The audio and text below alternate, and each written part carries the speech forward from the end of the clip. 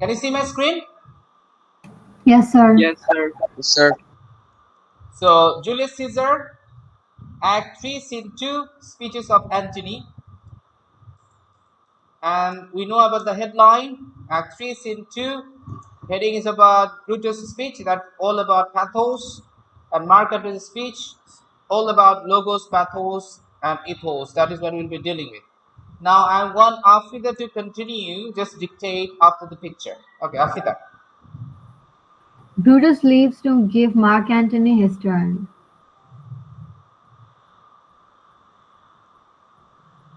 Knowing that citizens are now on the side of Brutus, Mark Antony treats lightly at first, saying, "Friends, Romans, countrymen, lend me your ears. I come to bury a Caesar, not to praise him.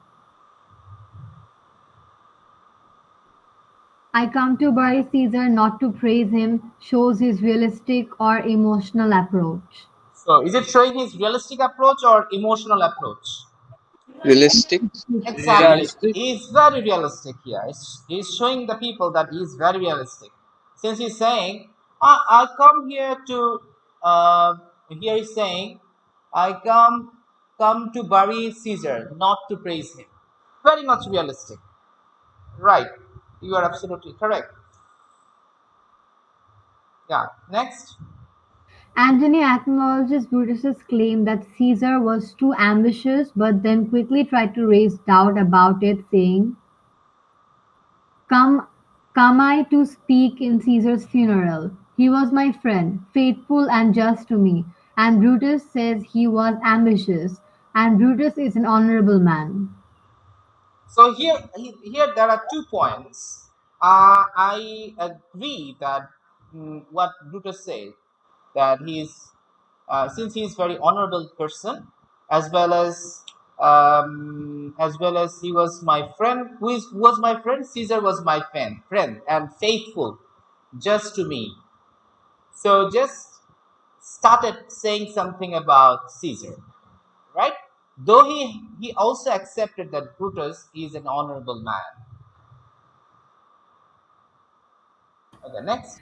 Antony then led the audiences into the past endeavor of Caesar for Rome and its poor people, saying, He had brought many captives home to Rome, whose ransoms did the general coffers fill. When that the poor have cried, Caesar hath wept. What do you think? Were people convinced with this statement? Are you getting any emotional attachment in there in his speech? What language technique is this? What language technique is this? Pathos. Pathos. Ethos. Who said ethos? Pandit, right? না না pathos ball Pathos. Pathos. Okay. So is it pathos or logos? No, there is no emotional attachment. He's speaking logical stuff. Very logical stuff he's speaking. That he had he I mean he has brought many captive home. Right. This is visible in front of them. These are in front of them. These four he left out for you. And also about the poor people, he said, when they cried, he Caesar had wept. So this is very much logical. No emotion is here, isn't it? Yes, sir. Fadil? Sir না কান্নার কথা শুনে আমি ভাবছি emotional হয়ে গেছে এই জন্য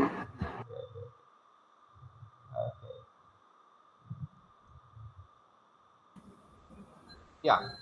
Then Antony led the audiences to think deeply, saying,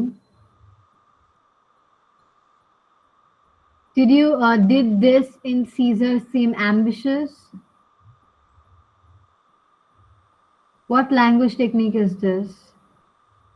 Okay. What language technique is this? Rhetorical question. Rhetorical question. Wow, Rhetorical. mashallah, excellent. Thank you. A rhetorical question. All right. So, can you please connect it? After when when Brutus was saying, since Brutus in his speech he was claiming Caesar was very ambitious. And then even after, what Antony said, I do have faith. I love him very much. I love whom? Caesar very much. As well as what he said, that you see, he left out everything for you. And for the poor people, he had feelings. So, did this in Caesar seem ambitious? So, don't you think this question, this rhetorical question, will lead the reader to think? Don't you think so? Yes, sir. Yes, sir. Obvious, obviously. The use of clever rhetoric. Yet Brutus says he was ambitious. So he repeatedly said this, right? Who? Mark Antony. Mark Antony draws Brutus in an increasingly harsher light.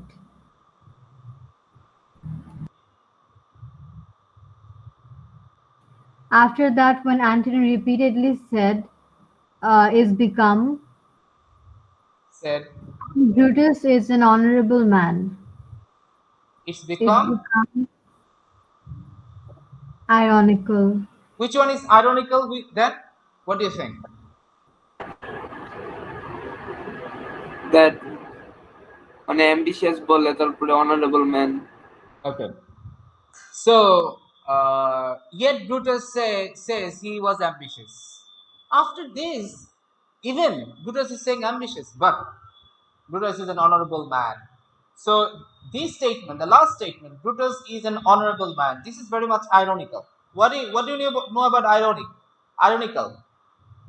Have you heard about ironic? Irony Yes, or ironical? Okay. Ironical means I mean opposite বলা. exactly saying yeah. something totally opposite. So Mhm. Brutus is an honorable man. So this is very much ironical, isn't it? Yes, sir. Okay. Understood, everybody? Yes, Yes, sir. Sadia, Fabiha, Dihan, Kashfia, understood? Yes. Yes, sir. Yes. Yes, sir.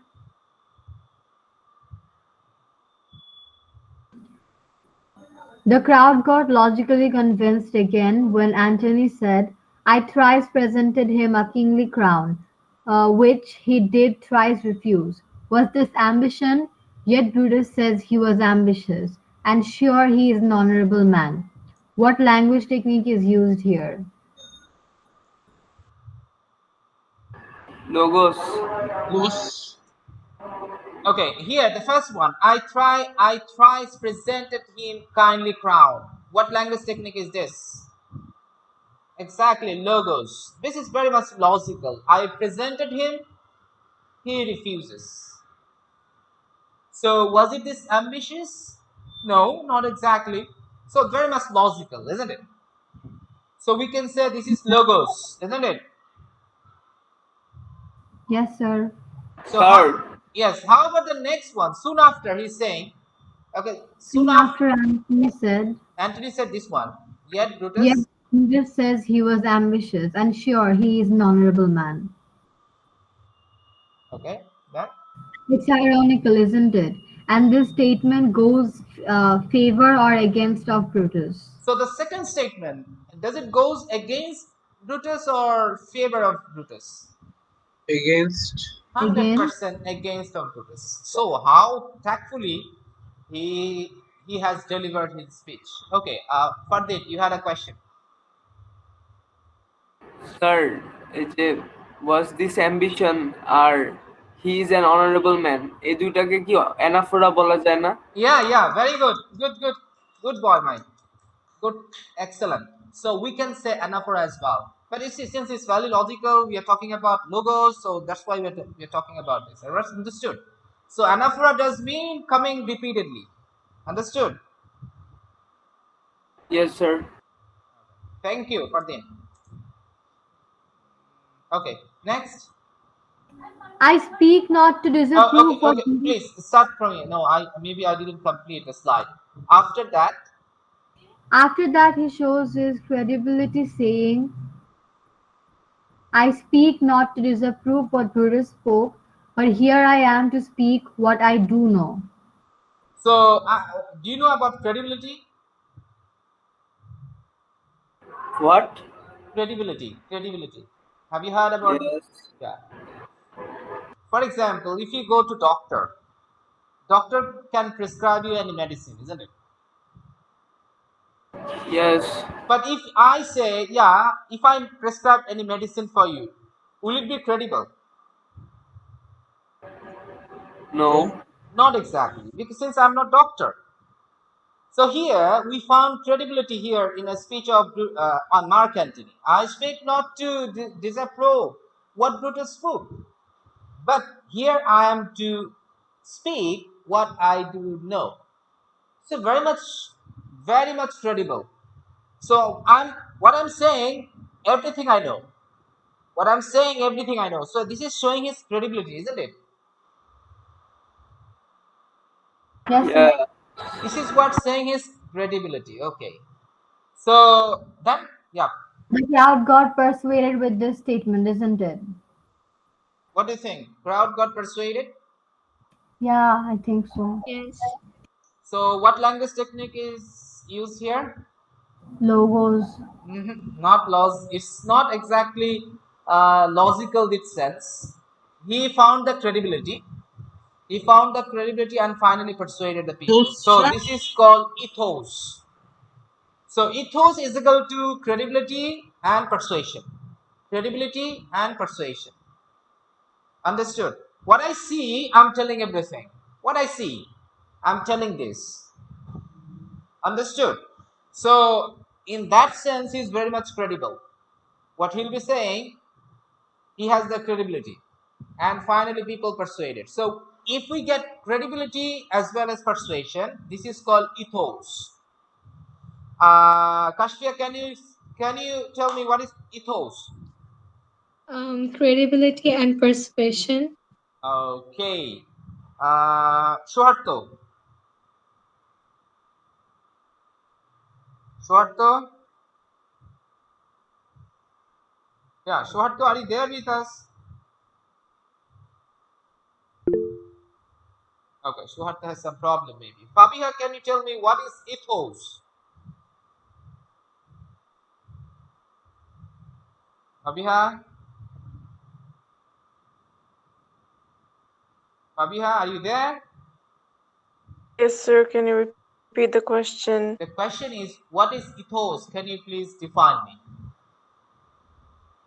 And someone persuades someone with words. Someone persuade with someone only word, or the person will be very much credible. The person got the credibility Yes. and persuasion. Exactly. Thank you very much. Yes, both of them. Okay. Next. Seeing the audience more upset, Antony hid their emotion, saying,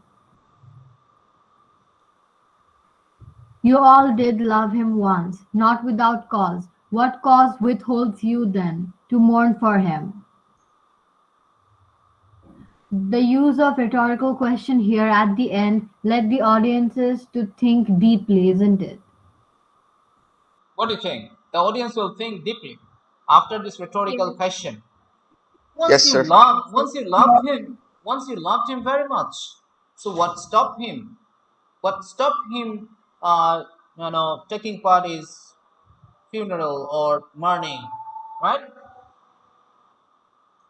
Yes, sir. Yes, sir. Next. Antony even break down little himself, saying, "Bear with me. My heart is in the coffin there with Caesar, and I must pause till it come back to me." Audience persuaded emotionally. Yes or no? Yes, Yes. Yes.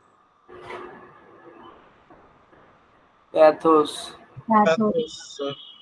Ethos or Sir, pathos? Ah, sir. Pathos. Pathos. So language technique used here is pathos. You are right.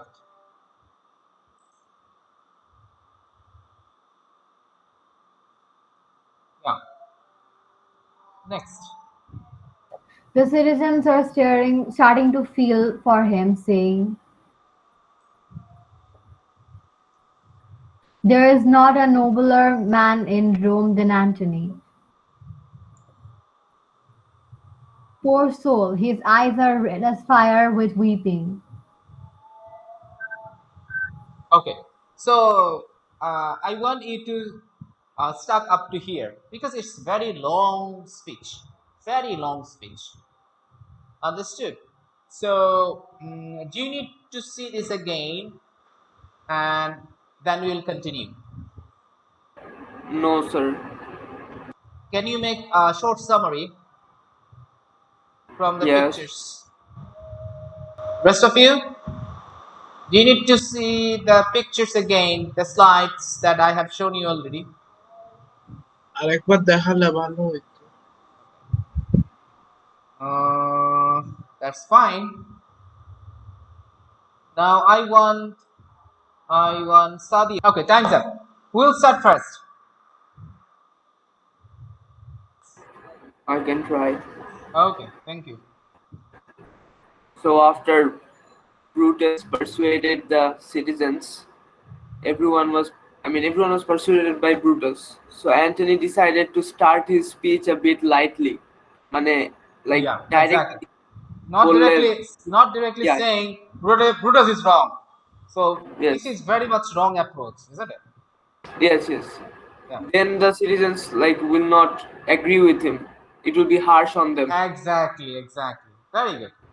Good Yeah, analysis. so yeah, then therefore he goes with a realistic approach because emotions would not really work right now. Exactly. So he said, I come to bury Caesar, not to praise him. So this is a realistic approach. Then he continues his speech. Then he creates an atmosphere of doubt by saying that Caesar was very faithful, just, and a great friend of his. But then Brutus says that he was ambitious. But Brutus is an honorable man, which is Okay. very ironical to this context. So then he tries to remember মানে কি জানি মনে করাই দিয়ে কি জানি ভুলে Recalling, গেলাম he talks yeah about what? recall yeah he tried to recall the citizens how Caesar was.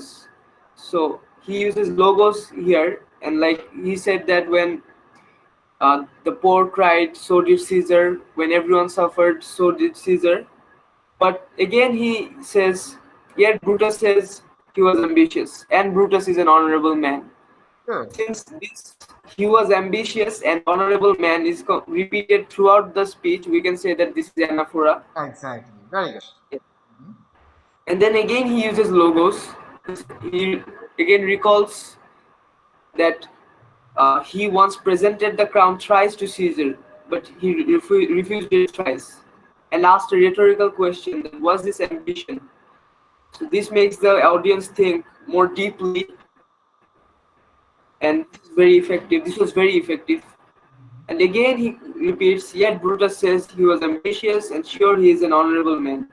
This draws Brutus in an increasingly harsher light, and then he uses ethos to show his credibility. He said that I speak not to disprove what Brutus spoke, but here I am to speak what I do know.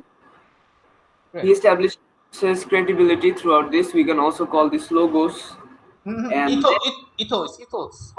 yes, right, ethos. Yeah, I got it mixed up.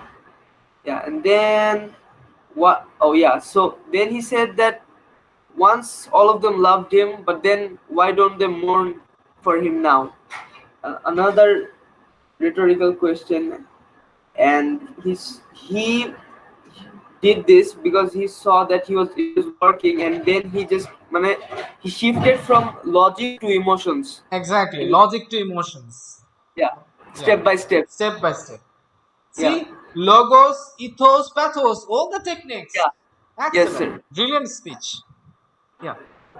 Yes, and then at the end, he finally came to raw emotions, pathos.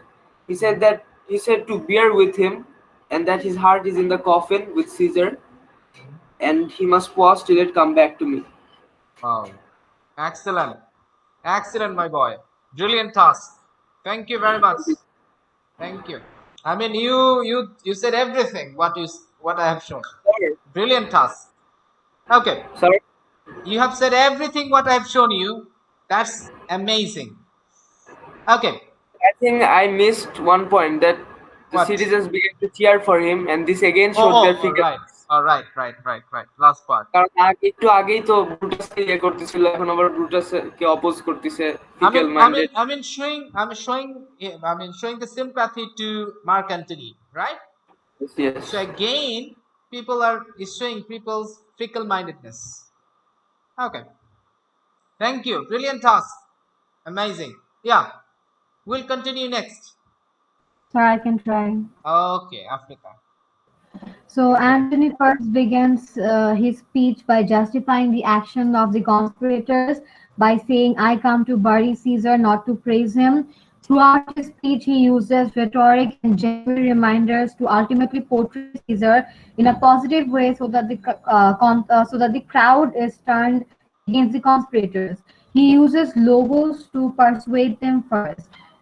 So throughout his speech, Antony calls Brutus an honorable man, yet he uses the rhetorical question that this prove that Brutus was this ambition, which is very ironical to what he was saying, and then which obviously portrayed sarcasm. He first began arguing on the topic that Caesar deserved to die instead, and he was then claiming that his actions were good for the Romans whom he cared for.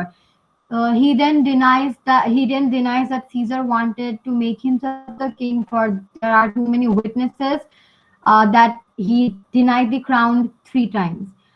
After that, Antony uses ethos. He reflects his credibility by saying, "I speak not to disapprove what Brutus spoke, but I am here to speak what I do know." So here he used ethos and by reflecting credibility as well as persuading them.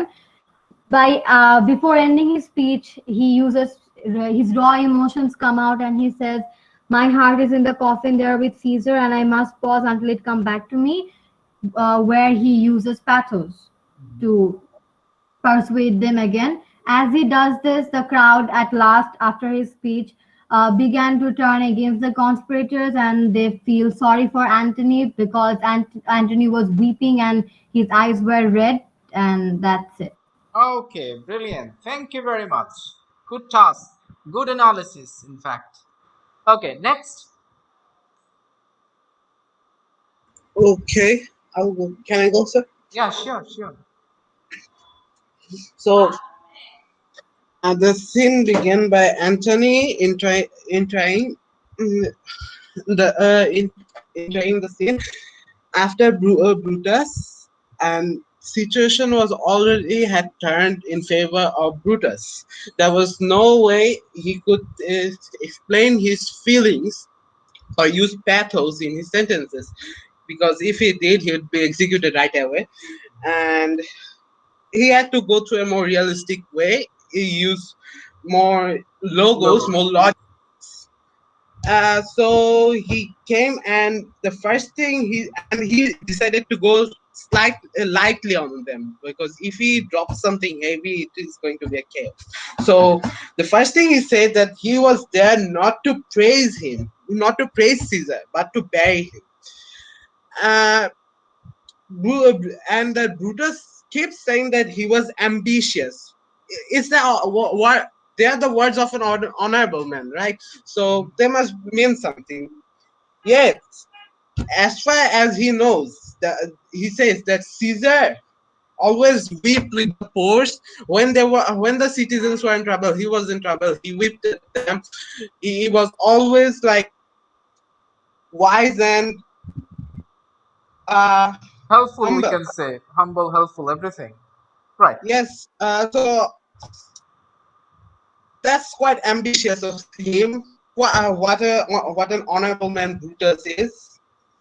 And then he continues by saying that I offered him the crown thrice, and he rejected it thrice. What an ambitious thing of him, that, and quite honorable man Brutus is, and he keeps saying I that. mean, I mean, Uh, I mean, I mean, using very logical points. He's again repeating. Does this prove he's he's very repeating. right? Does this prove he's ambitious? So, right, right. Okay, continue. Yeah, and then it becomes quite anaphoric that he keeps mentioning that Brutus is honorable. That it is now an ironic thing that quite an ambitious man, quite an honorable man Brutus is, yet all of his words are wrong. That he's trying to like uh, prove. It's like that scene from Black Panther. That is this your king, and the same thing is this your honorable man? So then he goes to the more like emotional. Slightly tries going to the emotional part. At first, he goes by saying the ethos that his credibility that he's seen him. He's his friend. He's seen him, and as far as he knows, he was not that ambitious man. He was quite humble.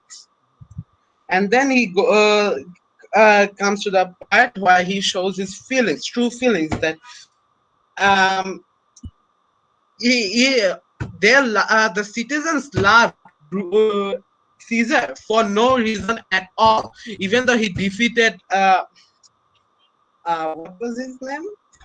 He conquered many battles. Again, he showed. He Oh, conquered many, and he conquered the king. So the they should have hated him. Yet they loved him for no reason. And what's so why can't they just love him for and mourn him for no reason?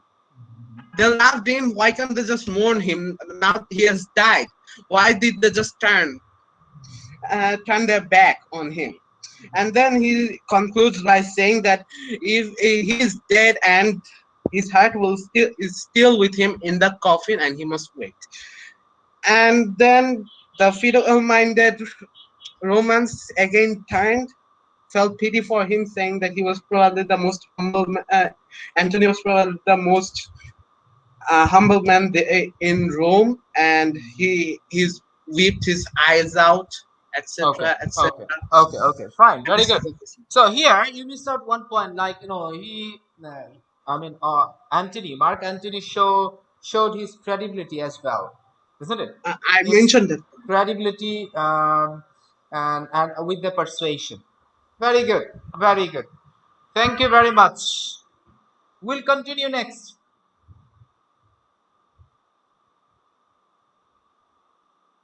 Who will continue next?